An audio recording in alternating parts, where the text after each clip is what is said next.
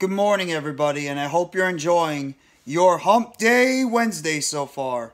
This is MYG Jeffy T 85, and I just want to talk about a little bit of AEW news, including some potential good news that might be on the horizon surrounding the entire backstage incident that happened during the All-Out scrum between CM Punk, Ace Steel, the Young Bucks, and Kenny Omega. During this past episode of Tuesday Night Dynamite that was preempted and sent to a Tuesday instead because of the baseball playoffs, AEW might have shown a positive sign that maybe, just maybe, CM Punk, the Elite, might be coming back to television sooner than we think. And that we might think that the suspensions will be lifted and that the case right now, the incident and the court case that's going on between these guys and the investigation might be coming to an end very soon. Because during the broadcast last night, AEW did acknowledge the fact that CM Punk was a former Ring of Honor champion. And they never did that before. They made sure they pretty much got rid of any type of evidence surrounding CM Punk being a former Ring of Honor champion because they want to clear his name, not be involved with anything like that. They pretty much want to eliminate him from any type of issues going on.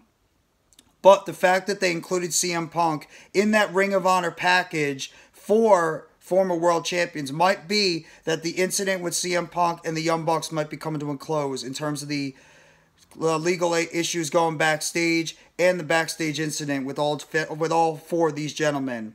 As well as the Young Bucks, they were also mentioned with the fact that they were the original Triple Trios champions. So that might be an indication as well that AEW might be trying to get the Elite sometime back on the television show. So there might be some type of indication that this whole incident between the Young Bucks, Kenny Omega, Ace Steel, and CM Punk might be coming to an end. The investigations backstage and out of the AEW, because of the fact that there was acknowledgement of all four of these people. And I'm gonna get to Ace Steel in a second because he was not as fortunate as the rest of these guys. But it seems like that CM Punk and the Elite might be getting cleared and their suspensions might be lifted, not the distant future. So that's a very good sign for AEW that at least that the whole entire backstage incident might be getting cleared in the coming future. And that's obviously best for AEW because you don't need this distraction anymore. It's been something that's been a distraction for pretty much a couple of months now. It's been, in a way, disrupting all the things that are happening on AEW television. And AEW has had some very good moments with their programming going forward. But this is something that they don't need the distraction going on backstage. They just need to get this thing cleared up. They need to get it finished off. And they need to just be able to go forward with what they're doing on AEW television right now. So the faster they can get this cleared up, the better off. And it's going to be good for all parties involved. So hopefully that AEW and this incident will be fully cleared soon. But the fact that AEW did acknowledge CM Punk as a former Ring of Honor champion during a promo package, acknowledging the Ring of Honor champions last night, and the fact they acknowledged the Young Bucks and Kenny Omega as the first ever Trios champions might be an indication that this incident and this backstage investigation might be coming to a close and the suspensions might be lifted. It was not as good luck for Ace Steel though. Ace Steel has officially been released from AEW going forward. Obviously, he was one of the people that was an instigator during this whole entire brawl that happened a couple of months ago after he threw a chair at Nick Jackson during this whole incident because he was trying to protect his wife during this whole thing. So Ace Steel has officially been let go, and in a way, it makes sense because CM Punk and the Young Bucks and Kenny Omega also still have a lot of value to All Elite Wrestling in terms of their on-television product, their backstage stuff, and because of their marketing. That's the reason why these guys are probably still here, and why Ace Steel, who's not an active wrestler right now, he was mainly a coach, a producer, a backstage consultant with that company, why it's a lot easier to let go of somebody like Ace Steel than somebody like CM Punk or the Elite, because their value to the company is a lot more in terms of the on-television product and the marketing aspect of things compared to an Ace Steel. So Ace Steel has officially been released from AEW going forward. And I just want to go over one other quick news story that happened, and it has a lot to do with the entire Santana and Ortiz issues, why they've been having a lot of issues backstage with one another, and why also there was an incident between Eddie Kingston and Santana, and why these guys had a backstage issues with one another, and they almost got into it in terms of a brawl. And it was talked about by Konnan. Konnan talked about it on his incidents. Right now, in terms of Santana and Ortiz, these guys have not spoken to each other in a while. Because of the fact that they've had issues with one another, because of the fact that Ortiz has really been more buddy-buddy with Eddie Kingston and more of like Jericho's people, and Santana has really been more to himself. And it's a shame right now that you see this. I'm going to talk about it right here. Here's a quote from Konnan while he was plugging his podcast that he was doing and talking about the entire incident on Keeping It 100 on his show that he was doing in terms of Santana and Ortiz. And I quote, Konnan's quote, "It breaks my heart because I spent a lot of time with them, and I've said before that they're like sons. They're like my sons. I've heard it also got physical with Santana and Kingston over this." So obviously Kingston was included in this whole issues between Santana and Ortiz.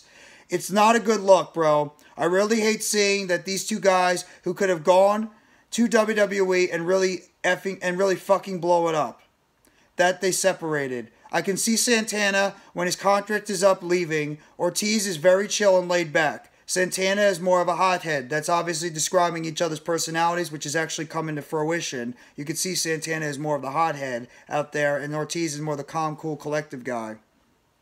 Ortiz was like, "Hey, they ain't going to do shit with us." And Santana's like, "They ain't doing shit with us." And he's right. Ortiz is more like, "We're getting paid and we're taken care of."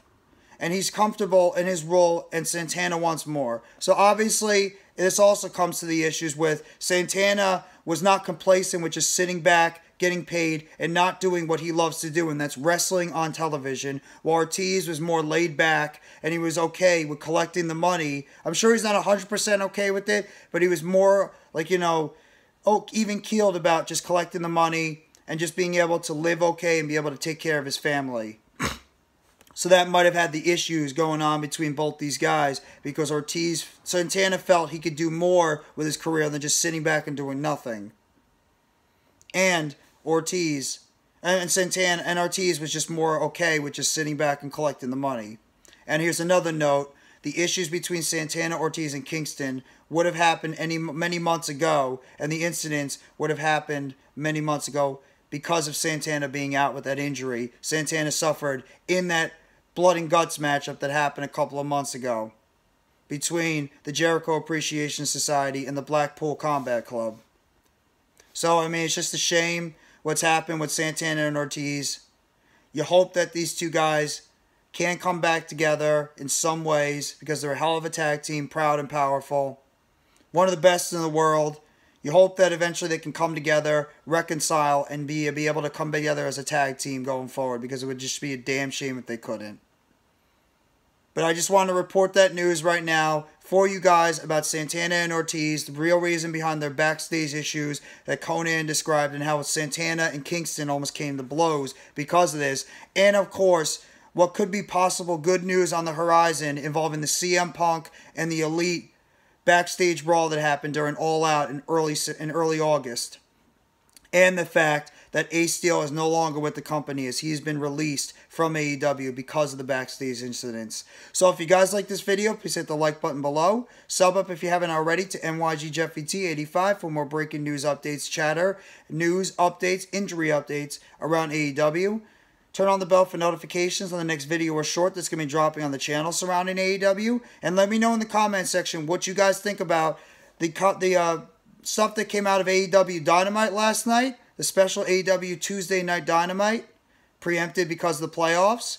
What you think about the issues going on with Santana and Ortiz, if they can be reconciled in the future, whether it's with AEW or with another promotion, as well as the issues that could have happened between Santana and Kingston, Eddie Kingston, backstage blows that almost happened, as well as if we might be seeing the Elite returning to television in the near future, and if them and CM Punk will be officially back with the company in the near future, and the bans that they right now have in the suspensions will be lifted in the near future. So I thank you very much, everybody. Have a great rest of your Hump Day Wednesday. Take it easy, and let's see what AEW has got cooking for us on Rampage on Friday, and back when AEW is back on Dynamite next Wednesday.